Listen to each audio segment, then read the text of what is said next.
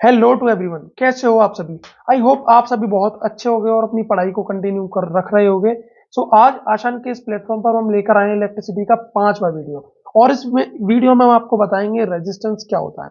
पिछली वीडियो में हमने ओम्स लॉ पढ़ा जिसमें कि आपको रेजिस्टेंस मिला, और रेजिस्टेंस को इस वीडियो में बिल्कुल ब्रीफ से बता देंगे कि क्या होता है रेजिस्टेंस, क्यों यूज किया जाता है और कैसे काम करता है। करेक्ट। तो चलिए बिना किसी देरी की हम स्टार्ट करते हैं। What is resistance. Resistance resistance property है। रेजिस्टेंस क्या है? एक प्रॉपर्टी है किसकी? कंडक्टर की। कंडक्टर, मैंने आपसे कहा ये कंडक्टर है। करेक्ट। तो इसकी कोई ना कोई एक प्रॉपर्टी होगी, उन्हीं में से एक प्रॉपर्टी है आपकी resistance. Correct. Due to which it resist the flow of electric current.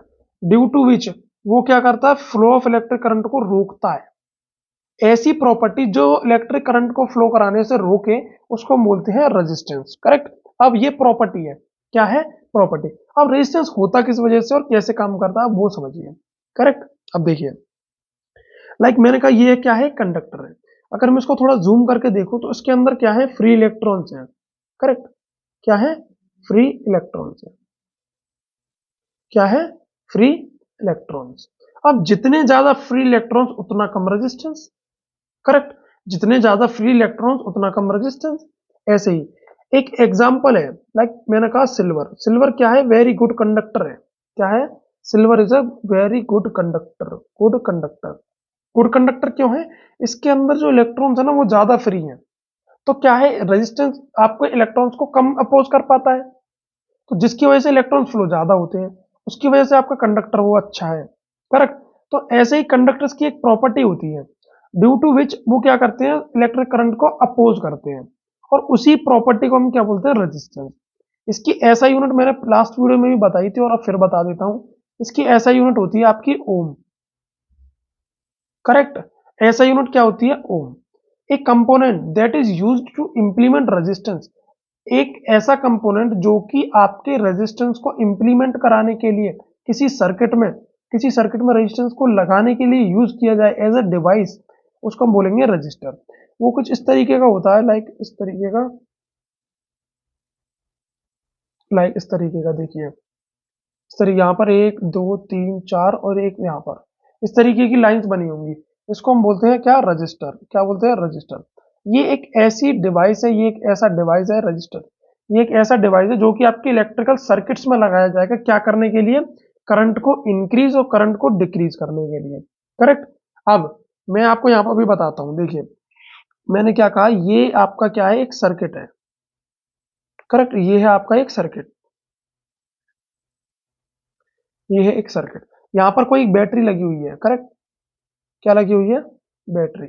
और मैंने कहा यहाँ पर आपका ये लगा हुआ है एक बल्ब। करेक्ट। ये क्या बन गया? सर्किट। अब देखिए, जब मैं इसको क्या करूंगा, जब मैंने इसको डायरेक्ट कनेक्ट कर दिया।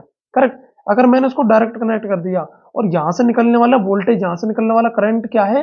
ज्यादा है, तो आपका ये बल्ब फ्यूज हो जाएगा, टूट जाएगा, जल जाएगा। करेक्ट। अब मुझे बल्ब भी चलाना है और अपने बल्ब को भी बचा कर रखना, बैटरी मेरे पास इतने की है, तो मैं करूंगा क्या? मैं यहां पर लगा दूंगा एक रजिस्टर। क्या लगा दूंगा? एक रजिस्टर। क्या लगा दूंगा? एक रजिस्टर। अब ये रजिस्टर करेगा कि यहां से आने वाले इलेक्ट्रॉन्स होंगे उनको क्या करेगा? अपोज करेगा रेजिस्टेंस के थ्रू। तो अपोज करने के बाद यहाँ पर इलेक्ट्रिसिटी क्या जाएगी? कम जाएगी। इलेक्ट्रिसिटी कैसी जाएगी? कम। यहाँ से निकलने वाली इलेक्ट्रिसिटी ज्यादा होगी, बट ड्यू टू रजिस्टर वो इलेक्ट्रिसिटी क्या हो जाएगी? कम हो जाएगी। और कम होने की वजह से यहाँ पर करंट कम पहुंचेगा। कम पहुंचने का मतलब इतना तो पहुंचेगा सफिशियंट जिसमें ये बल्ब क्या करने लगे? जलने लगे, ग्लो करने लगे। तो रजिस्टर्स का यूज क्यों किया जाता है? और रजिस्टर्स किसके बेसिस पे बनते हैं? रेजिस्टेंस के। किसके लिए? रजिस्टर्स किसके लिए बनते हैं? To implement resistance. To implement resistance. Resistance को इंप्लीमेंट कराने के लिए हम किसका यूज करते हैं? रजिस्टर का। किसका यूज करते हैं? रजिस्टर का। वेरिएबल रेजिस्टेंस क्या है? अरे सर आपने बताया था लास्ट वीडियो में कि रेजिस्टेंस कैसा रहता है? कांस्टेंट। रेजिस्टेंस कैसा रहता है? कांस्टेंट। रेजिस्टेंस कैसा रहता है? कांस्टेंट। रेजिस्टेंस रहता है कांस्टेंट, बट इसका कांस्टेंट रहता है रेजिस्टेंस। जो रजिस्टर्स यूज किए जाते हैं उनका रेजिस्टेंस कांस्टेंट रहता है। मैंने अगर कहा इसका रेजिस्टेंस मान के चलिए 40 ओम है। करेक्ट। तो इस वाले रजिस्टर का हमेशा ही आपका रेजिस्टेंस कांस्टेंट रहेगा। अब वेरिएबल रेजिस्टेंस क्या चीज है? तो variable resistance the component of an electric circuit, ये भी इलेक्ट्रिक सर्किट का एक कंपोनेंट है जो कि यूज किया जाता है रेगुलेट करने के लिए इलेक्ट्रिक करंट को, regulate the current without changing voltage. Voltage को ना गिराए और ना बढ़ाए, हम करंट को रेगुलेट कर सकते हैं, मतलब कि हम चाहें। अब देखिए इस केस में क्या होगा, मैंने आपसे कहा मान के चलिए इधर 40 ओम का आपका ओम रजिस्टर लगा हुआ है, करेक्ट, इधर से निकलने वाला करंट। अब मुझे अगर इधर पे वेरिएबल करंट पहुंचाना हो, करेक्ट, क्या पहुंचाना हो, वेरिएबल करंट पहुंचाना हो, क्या पहुंचाना हो, वेरिएबल करंट पहुंचाना हो। कहने का मतलब मुझे एक टाइम पर चाहिए मुझे मान के चलिए 10 एम्पियर करंट, ठीक है ना, दूसरे टाइम पर चाहिए मुझे 20 एम्पियर करंट, तीसरे टाइम पर मुझे 30 एम्पियर करंट चाहिए। अब अगर मेरे पास वेरिएबल रेजिस्टेंस नहीं होगा तो मेरे को मैनुअली कनेक्ट करना पड़ेगा दूसरे दूसरे रेजिस्टेंस को, रजिस्टर्स को। लाइक मैंने अभी मेरे को जब मेरे को 40 ओम का रजिस्टर लगाया तब मेरे को मिला 10 एम्पियर। अब ज्यादा करंट चाहिए तो मेरे को कम का लगाना पड़ेगा, है ना। तो मेरे को ये मैनुअली आपको कनेक्ट करना पड़ेगा। उससे क्या होगा, कॉम्प्लेक्सिटी बढ़ जाएगी मेरे सर्किट की, बार बार जोड़ना, बार बार बढ़ाना, बार बार जोड़ना, बार बार बढ़ाना। तो वेरिएबल रेजिस्टेंस करता क्या है, आपके करंट को रेगुलेट कर देता है बिना वोल्टेज को बढ़ाए। अब इधर मुझे क्या करना पड़ेगा, मान लीजिए या तो रेजिस्टेंस को बढ़ाना पड़ेगा या वोल्टेज को, दोनों में से कोई ना कोई एक चीज करनी पड़ेगी जिससे मेरी कॉम्प्लेक्सिटी बढ़ेगी मेरी सर्किट की। तो वेरिएबल रेजिस्टेंस करेगा क्या, आपके करंट को मैनुअली, आपके करंट को इंक्रीज और डिक्रीज रेगुलेट करता रहेगा विदाउट चेंजिंग वोल्टेज, करेक्ट, उसको हम बोलते हैं वेरिएबल रेजिस्टेंस। अब वेरिएबल रेजिस्टेंस एक ऐसा अप्लायंस या फिर एक ऐसा डिवाइस बताओ जो कि वेरिएबल रेजिस्टेंस को इंप्लीमेंट कराता है। ये क्वेश्चन आता है एग्जाम्स में, जो कि होगा आपका रियोस्टेट, ठीक है, रियोस्टेट। ये होगा आपका ऐसा डिवाइस जो कि used to regulate the resistance, used to regulate the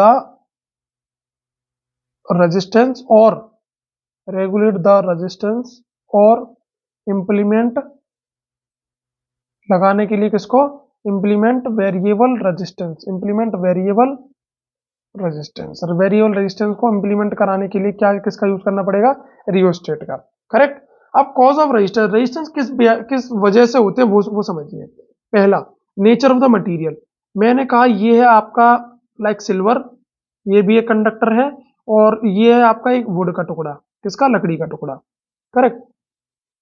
ये क्या है, ये है आपका कंडक्टर, करेक्ट, और ये है आपका इंसुलेटर, क्या है, इंसुलेटर। अब इसमें फ्री इलेक्ट्रॉन ज्यादा होंगे जिसकी वजह से क्या करेगा, ये रेजिस्टेंस को कम रखेगा, और इसमें फ्री इलेक्ट्रॉन्स कम होंगी, तो उसकी वजह से क्या होगा, रेजिस्टेंस ज्यादा होगा।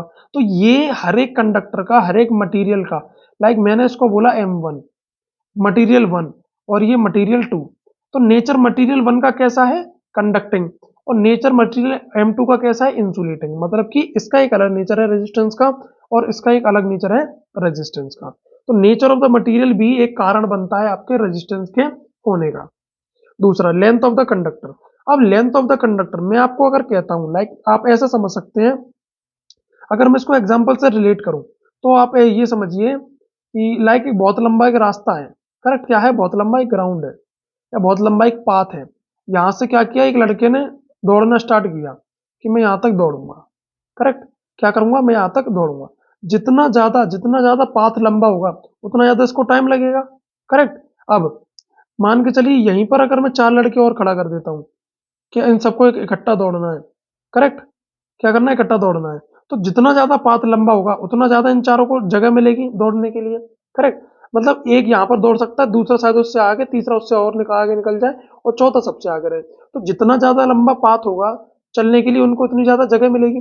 Same as with conductor, conductor जितना ज्यादा लंबा होगा इलेक्ट्रॉन्स को उतनी ज्यादा स्पेस मिलेगा चलने के लिए, तो उतना ज्यादा रेजिस्टेंस क्या होगा, बढ़ जाएगा।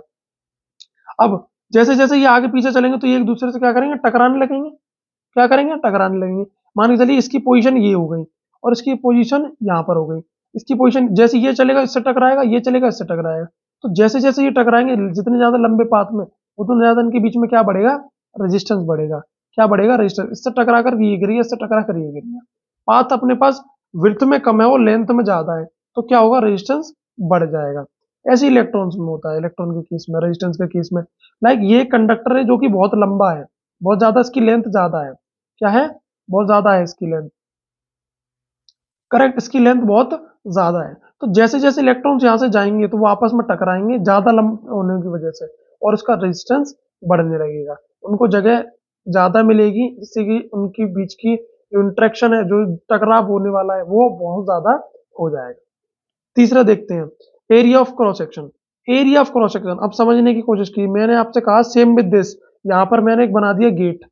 करेक्ट, क्या बना दिया, एक गेट। अब इस गेट में से हमने कहा सबको निकलना है, क्या करना है, सबको निकलना है। ये किसका साइन है, ये है इनवर्सली, मतलब जितना ज्यादा एरिया होगा उतना कम रेजिस्टेंस होगा। अगर ये गेट है, मैंने कहा सबको एक साथ निकलना है, तो जितना बड़ा गेट होगा उतनी आसानी से निकल जाएंगे। करेक्ट, तो उनके बीच में टकराव कम होगा। और मैंने कहा जितना छोटा गेट होगा उतना ज्यादा इनके बीच में टकराव होने लगेगा। सेम एज विद दिस, अगर इसका एरिया ज्यादा है तो उनकी रेजिस्टेंस आपस में टकराव अपोज करने की क्षमता कम हो जाएगी। अगर मैं इसको देखूं कंडक्टर के तौर पे, तो लाइक ये कंडक्टर, ये है area of cross section. Area of cross section हम किसको बोलते हैं, लाइक ये कंडक्टर है, इसको बोलेंगे हम एरिया ऑफ क्रॉस सेक्शन, जहां से इलेक्ट्रॉन्स बाहर की तरफ, जिससे कि चार्ज बाहर की तरफ निकलता है। तो जितना ज्यादा एरिया ऑफ क्रॉस सेक्शन होगा उतना ज्यादा इलेक्ट्रॉन्स कम टकराएंगे और आसानी से बाहर निकलेंगे। करेक्ट, और जितना कम एरिया उतने ज्यादा इलेक्ट्रॉन्स आपस में टकराएंगे। टेम्परेचर, जितना ज्यादा आप टेम्परेचर दोगे उतना ज्यादा रेजिस्टेंस कम होने लगेगा, और जितना ज्यादा टेम्परेचर आप कम करोगे उतना रेजिस्टेंस बढ़ने लगेगा। आई मीन इट मीन जितनी ज्यादा हीट रहेगी, अगर कोई कंडक्टर है वो अगर हीटेड है तो उसके बीच में करंट ज्यादा फ्लो करेगा, और अगर कोल्ड है तो उसके बीच में करंट कम फ्लो करेगा, कम रेट पर कम फ्लो करेगा। करेक्ट, तो कॉजेज आपको समझ में आ गए। ये होता है एक अपना अपना नेचर, हर मटेरियल का एक अपना नेचर है। लेंथ, जैसे जैसे लेंथ बढ़ाओगे वैसे वैसे रेजिस्टेंस बढ़ेगी, क्यों, उनको ज्यादा स्पेस मिलेगा और वो आपस में टकराने की कैपेबिलिटी उनकी बढ़ जाएगी। और एरिया ऑफ क्रॉस सेक्शन क्या है, जितना ज्यादा एरिया होगा उतना आसानी से निकलेंगे इलेक्ट्रॉन्स, और जितना कम एरिया होगा उतनी इलेक्ट्रॉन्स को निकलने में दिक्कत होगी। और टेम्परेचर, टेम्परेचर डिपेंड करता है कि क्या, जितना ज्यादा टेम्परेचर उतना ज्यादा वो वेरिएबल रेजिस्टेंस करता रहेगा, जितना उतना रेजिस्टेंस, जैसे जैसे टेम्परेचर वेरी करेगा वैसे वैसे रेजिस्टेंस भी वेरी करता रहेगा। करेक्ट, तो इस वीडियो में आपने रेजिस्टेंस को बड़ा डीप से जाना, कैसे उसके कॉजेज है, क्या उसके कॉजेज है, किन की वजह से रेजिस्टेंस होता है, और रेजिस्टेंस का कैसा डिवाइस यूज होता है रेजिस्टेंस को इंप्लीमेंट कराने के लिए, वेरिएबल रेजिस्टेंस क्या होता है। इस पॉइंट को आप मार्क कर लें, ये क्वेश्चन पूछा जा सकता है आपसे in one word, in one marks में। करेक्ट, वन मार्क्स क्वेश्चन है ये, कि वेरिएबल रेजिस्टेंस को इंप्लीमेंट कराने के लिए किस डिवाइस का यूज किया जाता है, वो है आपका रियोस्टेट डिवाइस। करेक्ट, रेजिस्टेंस पूछ ले तो इस तरीके का एक डायग्राम बनाना, सर्किट में पूछ ले तो इस तरीके का एक डायग्राम बना देना, और अगर कॉजेज पूछ ले तो आई थिंक कॉजेज आपको इससे ज्यादा आसान भाषा में कोई नहीं समझा सकता, कि नेचर पे कैसे, लेंथ पे कैसे, एरिया पे और टेम्परेचर पे आपका डिपेंड करता है आपका रेजिस्टेंस। सो आई होप आपको वीडियो अच्छी लगी होगी, and thanks for connecting with us.